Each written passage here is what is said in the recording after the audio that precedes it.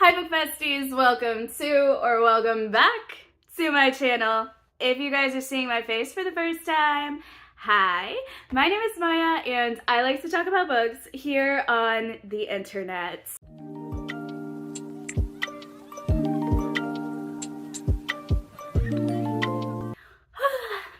You saw the title, you saw the thumbnail, y'all know what this video is, and let it be put on the record. I research for y'all. I get into the weeds of my channel content. I could have come on and done this video weeks in advance of right now. I am filming after July has begun. In fact, we are in the midst of Summerween. Why? Because I am dedicated to getting all of the facts and information, and you'll see what I mean as we get into the other stats of this video. But let's start off with the Storygraph stats. I got my note cards here, all right? And we're gonna go in order of month. So first, we had April. I read 3 books. Those books came out to a total of a whopping 576 pages. My top moods for this month of reading were relaxing, lighthearted, and hopeful. I kind of love that for me. Then for the pacing, I had 33% medium-paced reads and 67% fast-paced reads.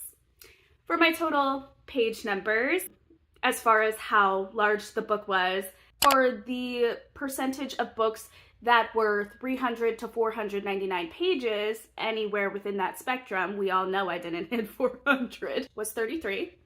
For anything under 300 pages was 67%. I got 100% fiction reads, no nonfiction this month. For my top genre, it was fantasy, so I'm going back to my roots. For the format of the books, it was 100% in print. So no audio, no ebook, no nothing. And then my average rating came out to 4.5 stars. So that's really good. Then for May, we're actually increasing the number of books. I got a grand total of 4 books read, 1,351 pages. My top moods were emotional and lighthearted. To give some context, I literally only read the Heartstopper series that month. Obviously, the pacing, all of them are graphic novels, so it was pretty fast-paced. All of them were 100% fast-paced. The amount of pages that I read, now this was an interesting stat. Of all of the books that I read, for their page length, 300 to 499 was 75%, and then less than 300 pages was 25%. For fiction versus nonfiction reading, I read 100% fiction. Genres, all of them were the same across the board. Then for the format, again, 100% print. And then my average rating was 5-star. All right, now we're into June and now our numbers are picking up, which is so awesome. So I got 6 books completely read. I do want to make mention of the fact that, because I believe this was in last month, I did DNF a book. So I have read more than the stats are showing, but I am literally only showing my read stats because that was read, that was completed. Anything DNF wise, we are going to talk about that later in the stats. I have not forgotten about it, but it's going to be later on in the video. Alrighty, and 1,386 pages. Pretty stinking good. Our moods were kind of all similar here, so I'm just going to put up the graphic. For pacing, I had hit all of the different types of pacing. So I had 17% of slow reads this month, 50% medium-paced reads, and 33% fast-paced reads. Then for page count, the 300 to 499 was 33% of my reads, under 300 pages was 67%. And not all of them were graphic novel. We did have some novellas in there, so that's awesome. Then for fiction versus nonfiction, I read 100% fiction. No nonfiction here, not this quarter. My top genres were YA, fantasy, and contemporary. And you know what? This is also just like going back to my roots, man. Just YA fantasy. That's kind of where I stayed stuck for a while. And dystopian. But different video, we'll talk about it. the format that I used was 100% print. Now, I do want to say it's showing as there was like another formatting. Here's the issue. All of them were 100% printed out, okay? But because Storygraph is Storygraph, apparently they didn't have the physical option. So whatever I chose for the book is, you know, it showed as digital, but it was all print. I think, if I'm not mistaken, that one that looks like it's digital may be Pan's Labyrinth, just because it was so hard to find the exact version that I own. So like, I own this one. But when I went to go and put it into Storygraph, it only credited Guillermo del Toro. So I was like, I mean, that's not the one, but this is also not showing up, and the others are not what it was. So yeah, I don't know, Storygraph, what you doing? Also, my average star rating for this month was 4.7. Now I have some other stats to add on to this. So the whole point of me doing these videos in the first place was not to torture myself with numbers, because boy howdy, I torture myself with numbers. Actually, this time was pretty nice. I think numbers and I are starting to have a better relationship. The whole reason I started these videos was because I wanted to see for myself, like cold hard numbers, statistical data, like you can't change it, it's there, it's right in your face, of my reading tastes, of my financial habits, and create a more concrete view of what it is that I like and don't like, and cater the reading experiences that I have towards that, thereby catering the channel, the recommendations, you know, all of these things for you guys, and you guys know what you are getting into with me as a creator and as a reviewer. So the other stats that I have that are more financially based are, I made a book unhaul video, and within that video, there were 3 books that I said I wouldn't mind trying to keep for the sake of giving them a second chance.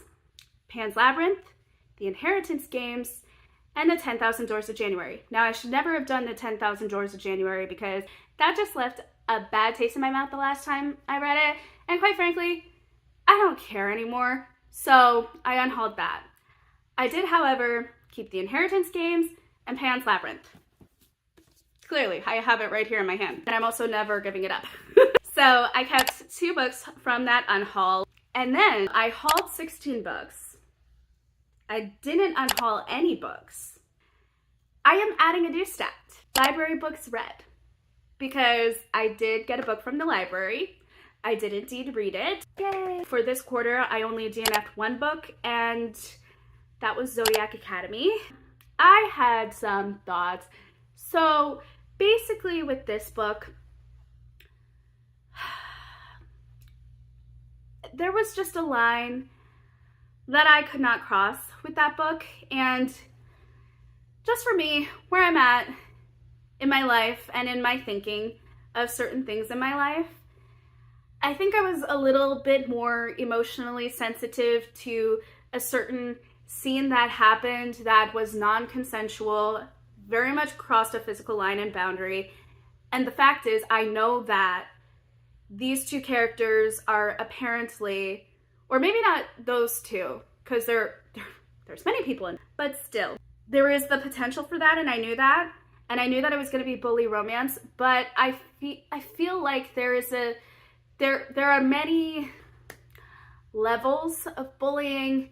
There are certain levels that I can take with, you know, the 2 lovers interacting together in books and media. And then there are other levels that I can't. And this one just really, it stirred up some like old feelings. Like I didn't know that I had these old feelings, but I have recently started understanding certain feelings that I had. And at the time, I wasn't as sensitive, but now I really, really am. And yeah, it's just not the right time or place. So I had to DNF that book just for me personally. But yeah, it was kind of disappointing because, you know, it was a hyped book and I wanted to be one of the cool kids. I wanted to join the hype train, but as everyone always says when I say anything about being like everyone else, if they jumped off a cliff, would you? No. So, therefore, I'm not jumping off that cliff. Not that particular cliff. I don't care what's at the bottom. I don't care if it's like pillows at the bottom, like Phineas and Ferb in that one show, Wizard of Oz. I'm skating down Dessert Lane, and y'all can jump off the cliffs on pillows. It'll be great. We'll all have a great, amazing time, and then eventually we'll switch, and it'll just be great. Everyone gets dessert. Everyone gets to jump off the cliff. I personally will take the dessert after the cliff jumping onto pillows because I fear my stomach might have issues. Anyways, what was that? Alright. Last but not least, I also have some video stats. Wait, I don't know why I put video in quotes. Video stats. I wanted to just like shout out the fact that I did my first ever collab. Now, I have done videos in the past where I interacted with other people's content, but never really interacted with them and collaborated with them to make projects where we would do something together and then shout each other out. This was my very first, and so of course I got to mention my first ever collab with Ashley Hearts Reading. Like, that was such a fun time, and it was just such a fun, chill, relaxed process. It all started in her live stream. So what happened was we were all like talking to each other about whatever, probably life, books, all of the good things, right? And then suddenly we started mentioning collab stuff, like, oh, this would be a good idea for a collab, or oh, this would be so cool if, you know, we were able to like help each other with each other's live streams, because going live by yourself is actually terrifying. So we were kind of talking about that, and then we started talking about collabs, and it was me, Sam, and Ashley, and we were all just like talking together. Sam from Samantha's Bookshelf, Ashley from Ashley Hearts Reading, channels linked down below. We were all talking about that, and then we started going into the collab talk, and we all were just like, oh, that would be so cool to collab. And bada bing, bada boom, here's our first collab. And I was like, oh, okay. Like, I was serious. I didn't know if you were serious, but I'm glad you were serious. So like, let's do it. And it was such a fun time. It was so amazing. It was very chill. And it was just so fun to go back and forth on like our updates.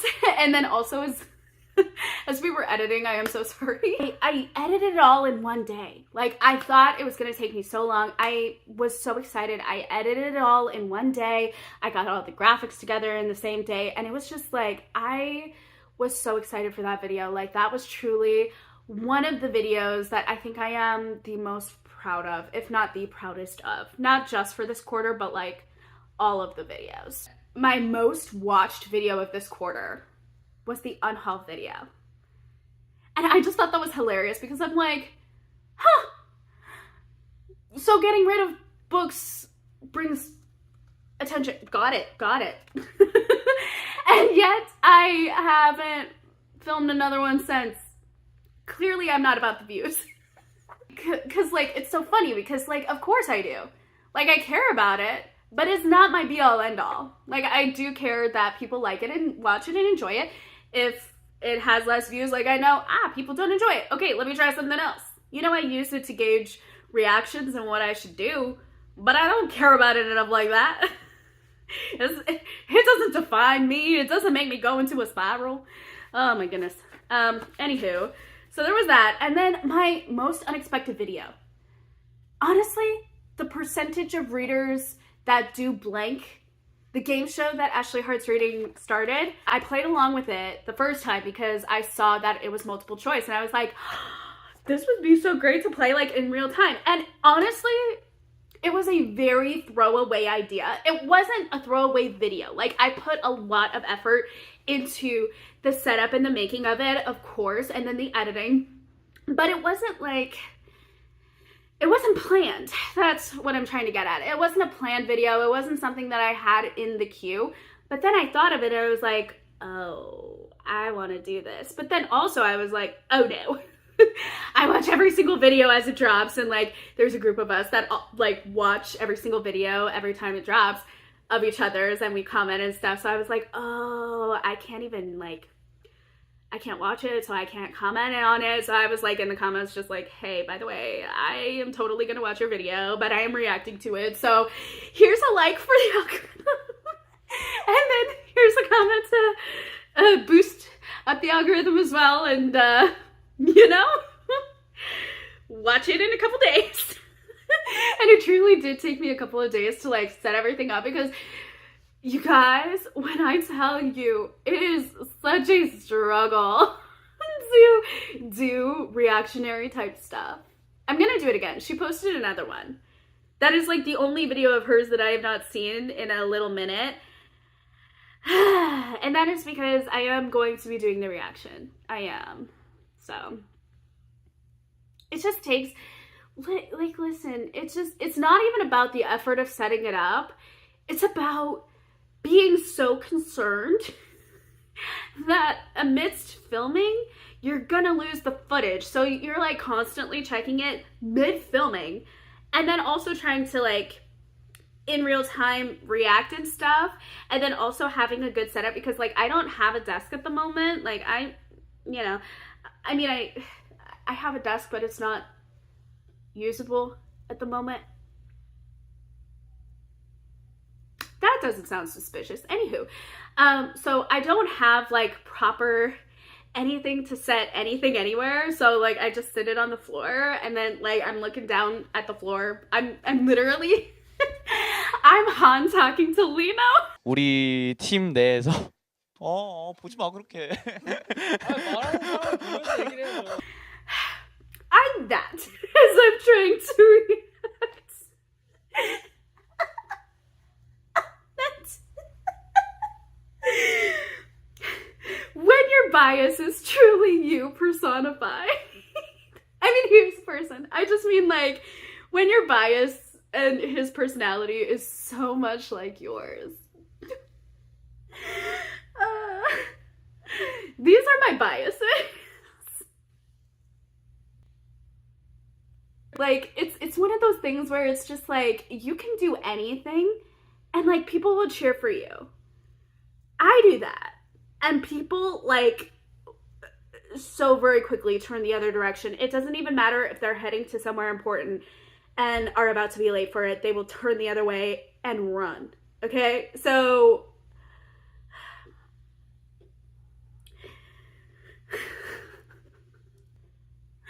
where did I go off? Oh, yeah, unexpected video. So, you know, doing that and like having it well received, but then also like being able to talk with Ashley about it and being like, oh yeah, we would like a second one, and then getting the second one. So perfect. So yeah, that was great. Those are all the stats. I need to get off now. That was all the Q2 stats. Thank you so much for watching, for taking the time out of your day to do so, and for dealing with me. My goodness. I will have all of the links to everything that I said I would link in the description box down below, as well as my own personal social medias. That includes my lifestyle channel, my Bookstagram, my essentially book talk, but also just regular TikTok. It's an interesting mix.